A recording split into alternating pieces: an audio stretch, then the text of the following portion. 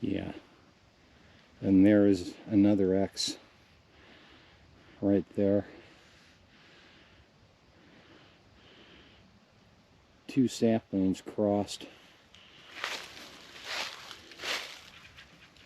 and touching.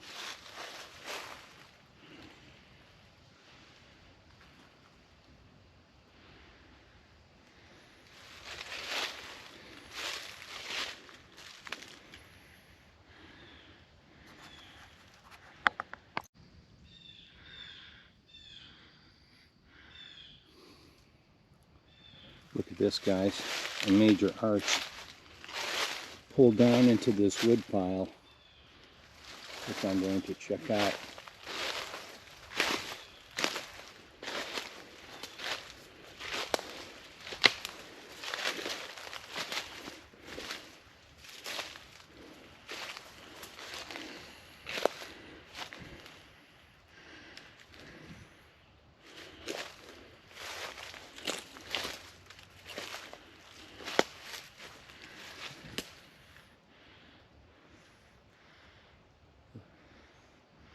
There it is, pulled down into this wood pile.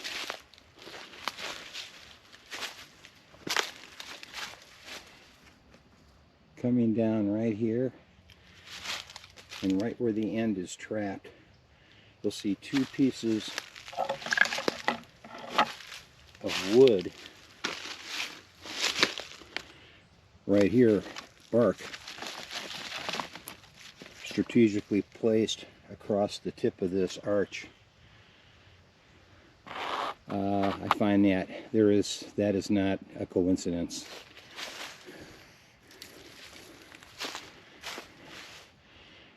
Right where this arch, the tip of this arch is pinned, you see two pieces of bark tapping it.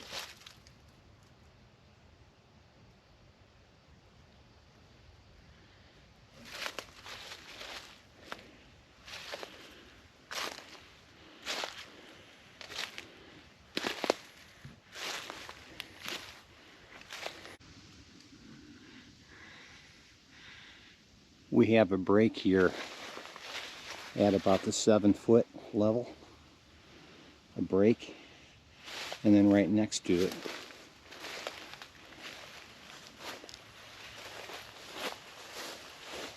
a break off at about the 8.5-foot level.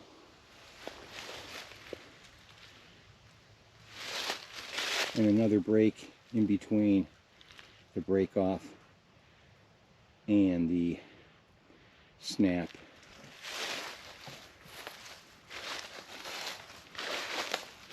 So these are the subtle signs I'm looking at.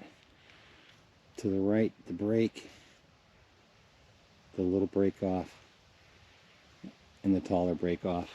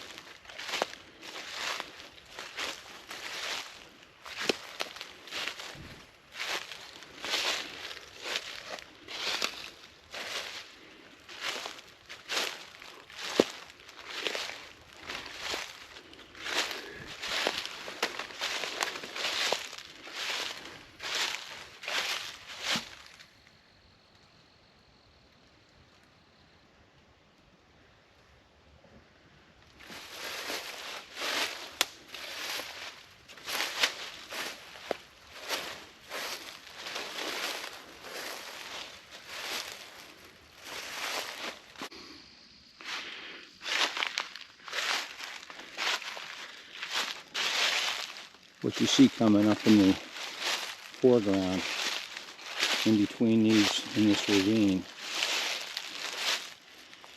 right in between the ravine,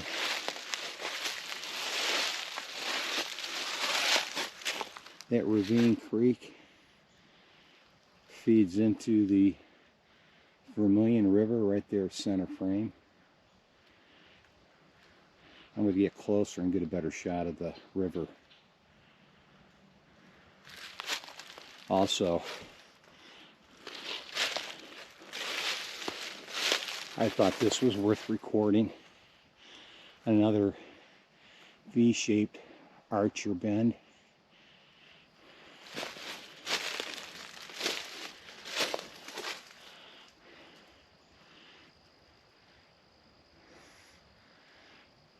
There's the top of that arch touching the ground, with the sapling tree going underneath the center of the bend.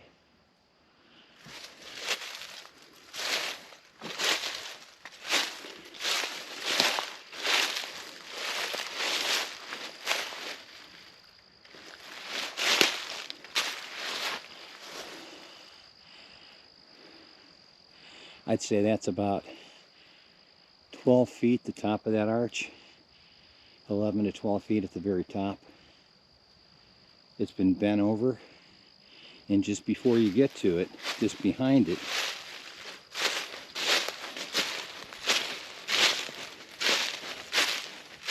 there's this debarked wiener going all the way up.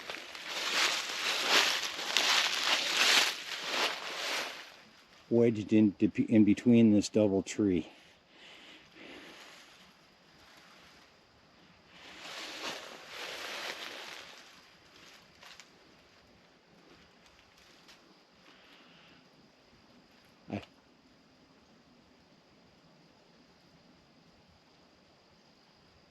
I thought this very interesting.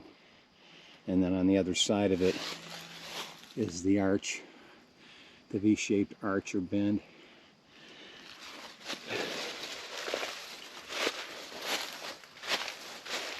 Here's a perspective shot. The trapped wiener jammed between. I don't think I could remove that if I hung on that. I could ever unwedge it. And then just beyond it, the V-shaped arch, the sapling that's been, or small tree that's been bent over.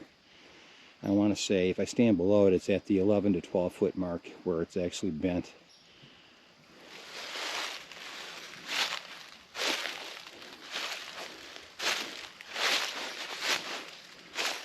Also, last night in this area, I was using my thermal, and I got several hits.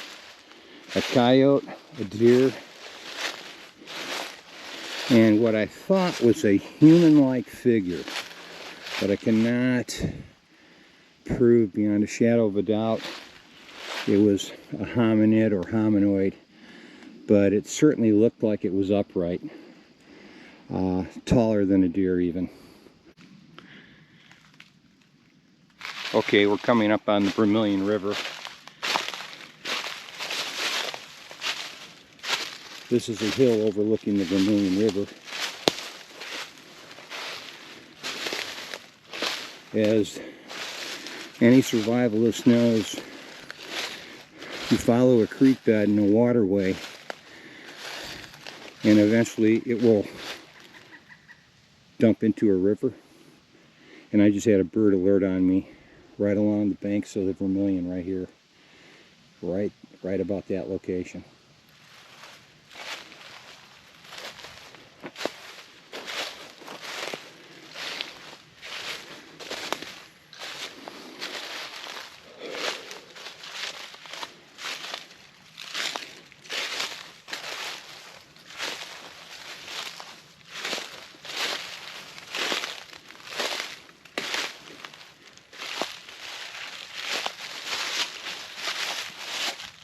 Right there, if you could see it, there's the outflow of that creek going right into the river. I might go there and look for impressions, prints of predators, and the target.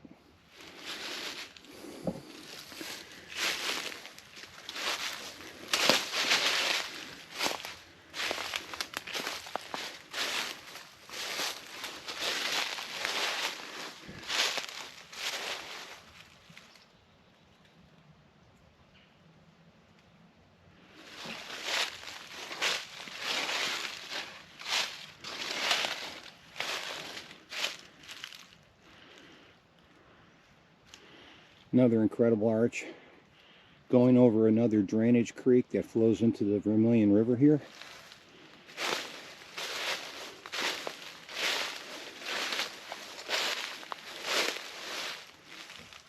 There's several of these creeks.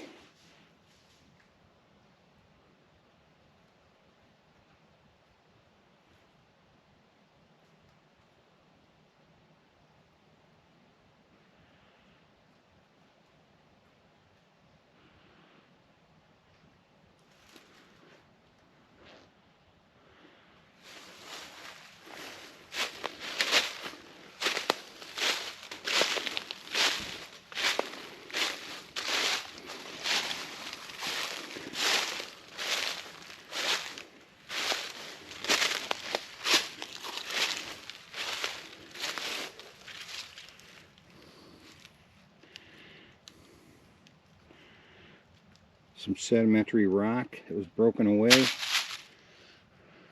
and somehow deposited there.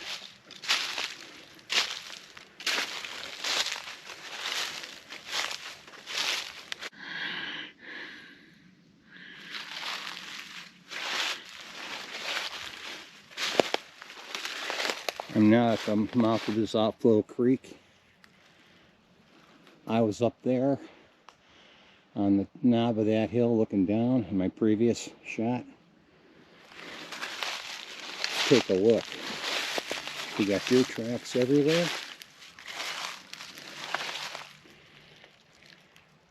There's some deer tracks there.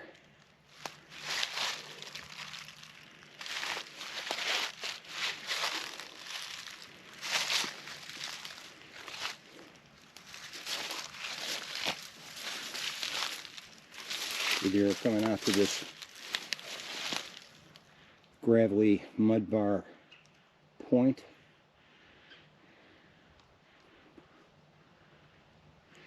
I could see raccoon tracks just about everywhere.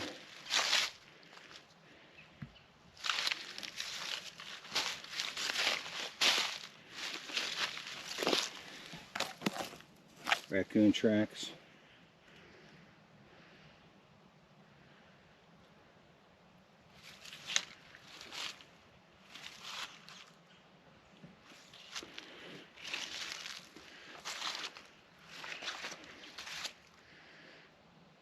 This is an area that gets hardly any boat traffic.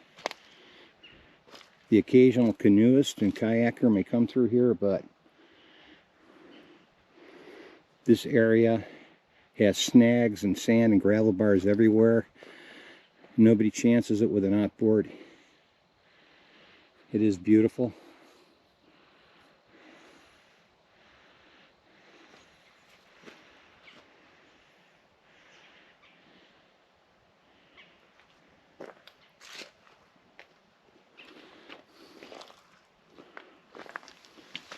Some more raccoon tracks right here, as you can see.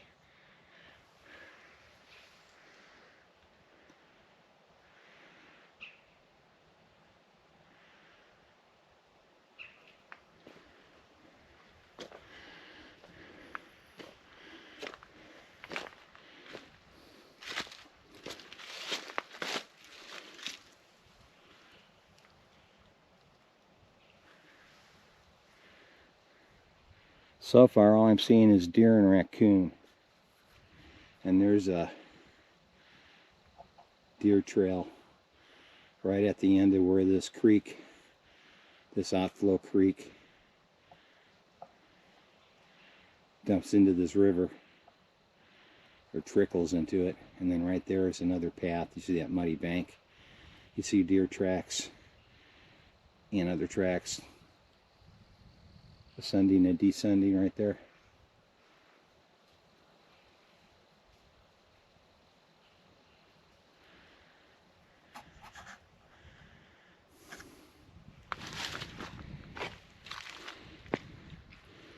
Somebody set some flagstones up across the mouth of this creek. Right at that creek bed point,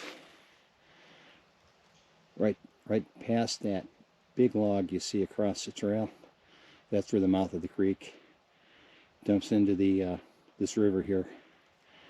And once I crossed the mouth of that creek, I found a trail that skirts along the edge of the river here, wide enough to drive a four-wheeler, or for people to walk on.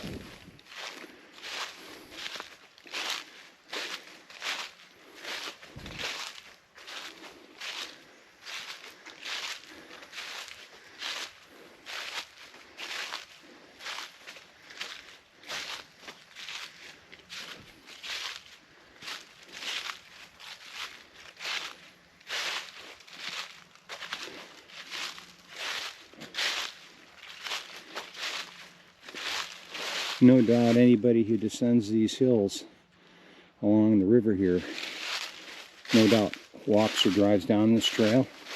My first time here.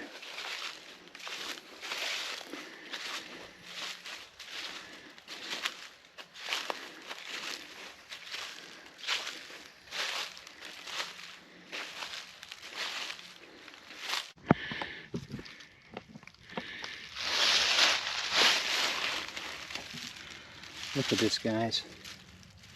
This is a giant puffball.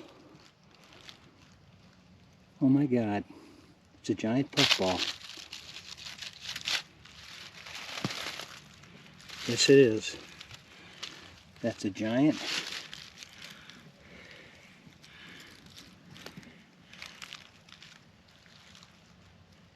puffball.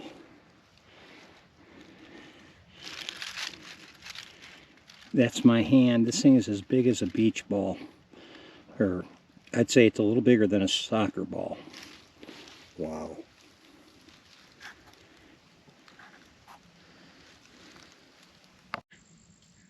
About 80 feet, 90 feet from the puffball I just filmed, there's another one, about the same size. It's a little bigger than a soccer ball. Smooth, attached to the ground. Look at this giant puffball in the mushroom family, fungi family. Holy smokes. That's not a puffball, it's a giant mushroom of some kind that I'm not familiar with. It doesn't seem dry on the outside like a puffball. It seems soft like a mushroom. It may be edible. I don't know if this is a quinine, what they call a curine. I have my doubts. This thing is huge.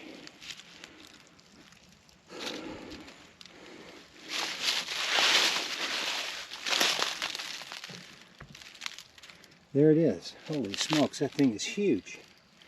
Here, I'll put my foot next to it.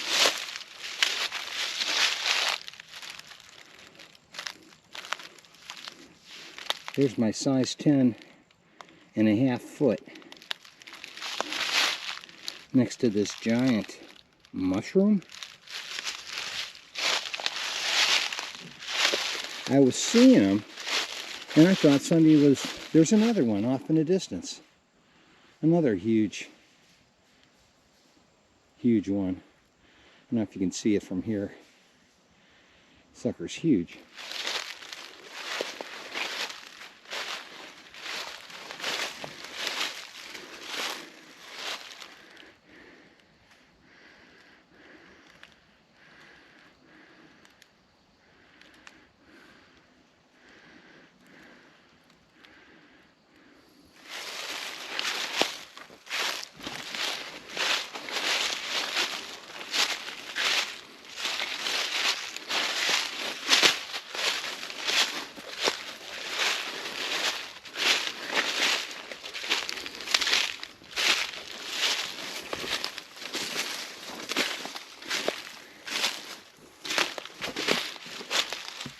This one is bigger than the first one.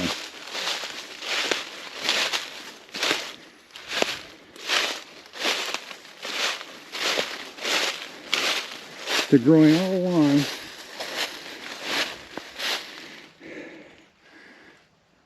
I guess it would be the east side of this hillside. the southeast side of the hillside. This thing is a bit more like the size of a basketball. Look at that. That's even bigger than the first two. It's meaty on the inside. Something was eating it. Maybe deer, maybe rodents. It has a consistency of a meaty mushroom on the inside. Wow. Very weird. Well, I'm signing off, guys. Thanks for coming along for the ride.